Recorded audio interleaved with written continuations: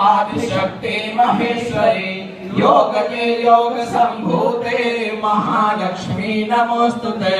स्थूल सूक्ष्म महारौद्रे महाशक्ति महोदरे महापाप हरे देवी महालक्ष्मी नमोस्तुते पद्मासन स्थिते देवी परब्रह्म स्वरूपिणी परमेश्वरी जगन्माता महालक्ष्मी नमोस्तुते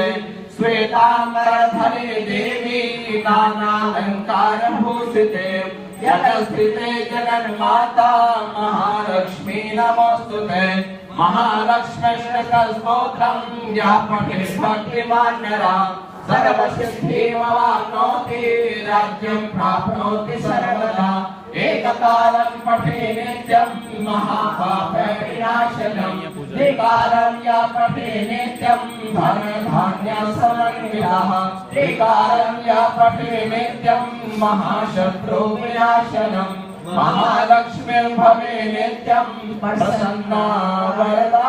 शुभा त्वमेव माता च पिता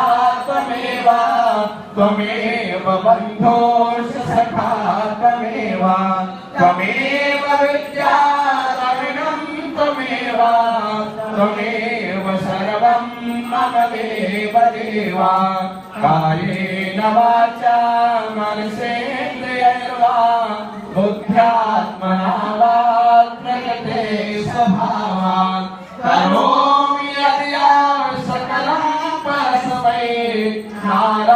नारायणायेति समर्पयामि मूकं करोति वाचालं पङ्गुं लङ्घयते गिरिं यत्कृपातमहं वन्दे परमानन्दमाधवं वसुदेवसुतं देवं